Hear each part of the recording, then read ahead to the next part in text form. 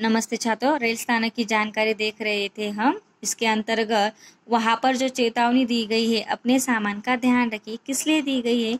बहुत से बार रेल स्थानक पर चोर उचक्के घूमते हैं, चोरी करते हैं, पॉकेटमार भी घूमते हैं। इसलिए वहाँ पर आपकी सुरक्षा के लिए यह चेतावनी लिखी गई है, अपने सामान का ध्यान रखें।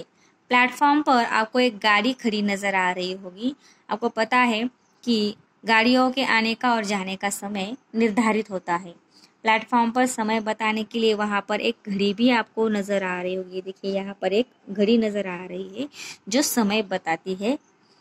आगे आप देखेंगे तो आपको नज़र आएगा कि रेल के डिब्बों की स्थिति बताने के लिए कि रेल का कौन सा डिब्बा कहाँ खड़ा होगा, इसलिए वहाँ पर बोर्ड लगे हुए हैं।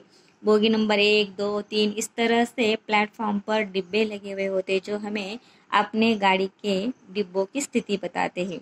वहाँ पर एक लाउड स्पीकर भी आपको नज़र आ रहा होगा। रेल स्थानक पर हर समय अनाउंसमेंट होती रहती कि कौन सी गाड़ी कब आ रही है, कौन सी गाड़ी समय पर है, कौन सी गाड़ी लेट आएगी। यह अनाउंस करने के लिए, यहाँ पर गाड़ी नंबर बताने के लिए, कौन सी गाड़ी प्लेटफॉर्म पर, कौन से प्लेटफॉर्म पर आ रही है, ये सारी जानकारी देने के लिए यहाँ पर लाउड स्पीकर लगा हुआ है जो हर समय अनाउंसमेंट करता रहता है। एक प्लेटफॉर्म से दूसरे प्लेटफॉर्म पर जाने के लिए सीढ़ियाँ बनी हुई है। देखिएगा यहाँ पर सीढ़ियाँ नजर आ रही है। रेल स्थानक बहुत बड़ा होता है, उसमें अलग अलग प्रकार के प्लेटफॉर्म होते हैं। तो एक प्लेटफॉर्म से दूसरे प्लेटफॉर्म पर जाने के लिए वहाँ पर सीढ़ियाँ बनाई जाती है, जैसे हम दादर कहते हैं। देखिए दादर चढ़ के हम एक प्लेटफॉर्म से दूसरे प्लेटफॉर्म पर जा सकते हैं और आ सकते हैं। वहाँ पर आमतौर पर हम देखते ही है कि रेल स्थानक पर खाने पीने की जो चीज़ें होती है, उनकी दुकानें होती है। यहाँ पर आपको नज़र आ रहा होगा एक आदमी जो है वो ठेले पर खाद्य सामग्री बेच रहा है। उसके पास एक ठेला है और वह उस ठेले पर खाने पीने की चीज़ें बेच रहा है। प्लेटफॉर्म पर स्वच्छता आवश्यक है, इसलिए एक जो कर्मचारी है, वहाँ पर सफाई कर्मचारी है, वह प्लेटफॉर्म पर झाड़ू लगा रहे। लोग कचरा करते बैठते हैं वहाँ पर प्लेटफॉर्म पर, रेल का इंतज़ार करते खाते पीते यहाँ वहाँ कागज़ चीज़ें फेंक देते हैं। तो रेल स्थानक स्वच्छ रहे, ये एक राष्ट्रीय संपत्ति है, स्वच्छ रहे, इसलिए यहाँ पर सफाई कर्मचारी जो है वह प्लेटफॉर्म पर झाड़ू लगा रहा है, हमें नज़र आ रहा है चित्र में। इस प्रकार यह एक रेल स्थानक का चित्र है। आपने इस चित्र का ठीक से निरीक्षण किया होगा। बहुत सी बातें हमने इस रेल स्थानक पर देखी है।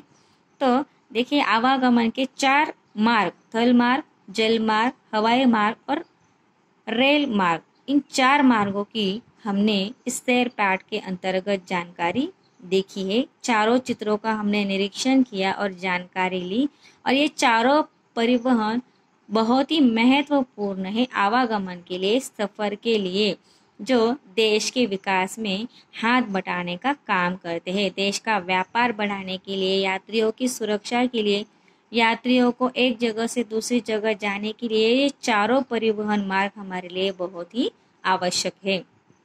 सफर में ध्यान रखिएगा, जो सार्वजनिक स्थल होते हैं, बस स्थानक, रेल स्थानक, हवाई अड्डा या बंदरगाह, इन सार्वजनिक स्थलों की स्वच्छता पर हमें ध्यान देना चाहिए। जैसे हम अपना घर साफ रखते हैं, वैसे ही ये सार्वजनिक स्थल भी हमें स्वच्छ रखने हैं, क्योंकि इन पर ही हमारा स्वास्थ्य निर्भर होता है। यात्रा में महिलाएं जो होती है और जो वृद्ध होते हैं, उनकी मदद करना भी बहुत ज़रूरी। कभी कभी होता है कि जो बुजुर्ग होते हैं वो खड़े रहते हैं बस में, और जो जवान होते हैं, युवा होते हैं, वो बैठे रहते हैं। तो ऐसे समय बुजुर्गों को बैठने के लिए जगह देनी चाहिए, उनको गाड़ियों का समय या बोर्ड पढ़ने में मदद करनी चाहिए। तो यात्रा में ध्यान रखें कि जो महिलाएं होती है, जो वृद्ध होते हैं, उनकी हमें मदद करनी चाहिए, सहायता करनी चाहिए। आवागमन के अलग अलग साधन है, मैं आपको बता चुकी हूँ, उसके बारे में जानकारी हम ले चुके हैं। तो इस प्रकार सैर पाठ के अंतर्गत इन 4 परिवहन मार्गों की हमने जानकारी ली। इस पर परीक्षा में जो जो प्रश्न आते हैं उसके बारे में भी मैंने जानकारी आपको दे दी है। रेल स्थानक पर प्रश्न पूछे जा सकते हैं कि प्लेटफॉर्म पर यात्रियों की सुविधा के लिए किस किस प्रकार की व्यवस्थाएं हैं, रेल स्थानक पर टिकट देने की क्या व्यवस्थाएं हैं, या फिर सुरक्षा द्वार कहाँ बने हैं। इस प्रकार के प्रश्न आपको इस रेल स्थानक के चित्र पर परीक्षा में पूछे जा सकते हैं। आप ठीक से चित्र का निरीक्षण कीजिएगा, वीडियो ध्यान से सुनिएगा। अगर आपको कोई बात समझ में नहीं आती है तो बार बार वीडियो सुनिएगा और समझने की कोशिश कीजिएगा। धन्यवाद।